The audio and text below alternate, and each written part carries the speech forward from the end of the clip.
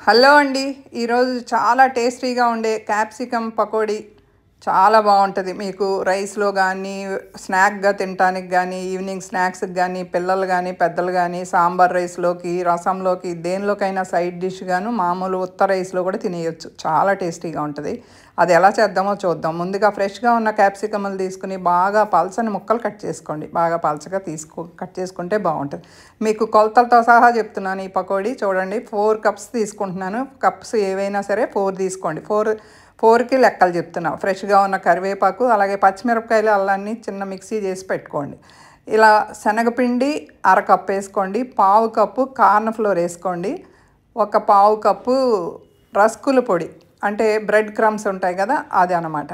వీటన్నీ ఎందుకు తీసుకోవాలో నేను చెప్తా. జీలకర్ర కొంచెం ఎక్కువ వేసుకోండి. అలాగే ఉప్పు చూసి వేసుకోండి. వాము కంపల్సరీ. ఇక్కడ ఉన్నవన్నీ కంపల్సరీ వేసుకునేవేనండి, ఏది మిస్ చేయొద్దు. ఇలా పచ్చిమిరపకాయ అల్లాన్ని చాలా కచ్చా పచ్చాగా, అంటే మెత్తగా చేయకుండా వేసేసుకుని కొంచెం కారం, కొంచెం పసుపు. కారం తగ్గించేసుకోండి, పచ్చిమిరపకాయలు ఎక్కువ వేసుకున్నాం కాబట్టి. ఇప్పుడు సన్నగా తరిగిన కొత్తిమీర ఇవన్నీ వేసేసి కలుపుకోవాలి. ఇప్పుడు దీనిలో క్యాప్సికంలో తడి ఉంటుందండి, అందుకని కలుపుకోవాలి. మీరు ఎక్కువ వండుకునేటట్టయితే పిండి ఇలా కలిపేసేసి సగమే వాడి సగం వేయించిన తర్వాత మళ్ళీ మిగతాది కలుపుకోండి. ఇప్పుడు కరివేపాకు ఇలా చేసేసి పక్కన పెట్టుకుని తర్వాత వాటర్ వేసి కలుపుకోండి. చాలా కొంచెమే పడతాయండి. క్యాప్సికంలో ఆల్రెడీ తడి ఉంటుంది కాబట్టి చాలా తక్కువ పడతాయి. మరీ పిండి ఎక్కువ వేసుకుంటే మరీ బాగోదు. కావాలంటే ఇంకొంచెం పెంచుకోండి. కానీ నేను కొత్త వాళ్ళకి, వంట చేసిన వాళ్ళకి కూడా చేసుకునే వీలుగా మీకు కొలతలు చెప్పాను. నూనె బాగా కాగిన తర్వాత అప్పుడు వేసుకుని వెంటనే మాత్రం కలపొద్దండి. కలిపితే పైన ఉన్న పిండి అంతా నూనెలోకి వెళ్ళిపోతుంది. అలాగే ఆయిల్ కాగకుండా వేస్తే కూడా పిండి అంతా వదిలేసేసి ఉత్త ముక్కలు బయటపడతాయి అన్నమాట. ఈ చిట్కాని గుర్తుపెట్టుకోండి. అలాగే కంపల్సరీ మీరు శనగపిండి ఎందుకు వేయాలంటే టేస్ట్ కోసం. అలాగే కార్న్ ఫ్లోర్ ఎందుకు వేయాలి అంటే క్రిస్పీనెస్ కోసం. బ్రెడ్ క్రమ్స్ కూడా క్రిస్పీనెస్ కోసం. తర్వాత క్యాప్సికంలో ఉన్న తడిని తొందరగా లాగేసేసి మనకి డ్రైగా వస్తుంది అన్నమాట, కరకరలాడుతూ ఉంటుంది. చాలా టేస్టీగా, క్రిస్పీగా చాలా బాగుంటుంది.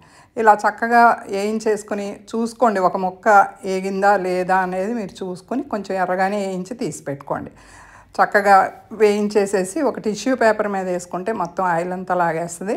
చూసారు కదా, భలే ఉంది కదా కలరు అది. అలాగే నేనైతే ఆయిల్ ఫ్రైలకి చాలా ఎగైనెస్ట్. ఎప్పుడన్నా చేస్తూ ఉంటా.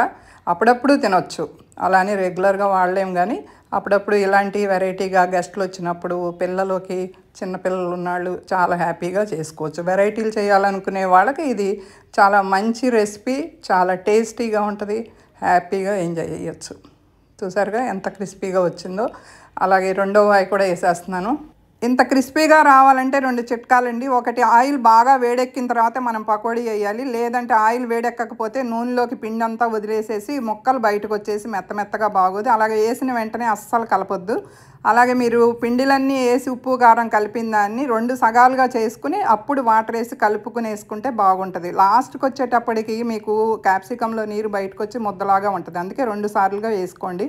మీకు నచ్చింది అనుకుంటున్నాను. నచ్చితే లైక్ చేయండి.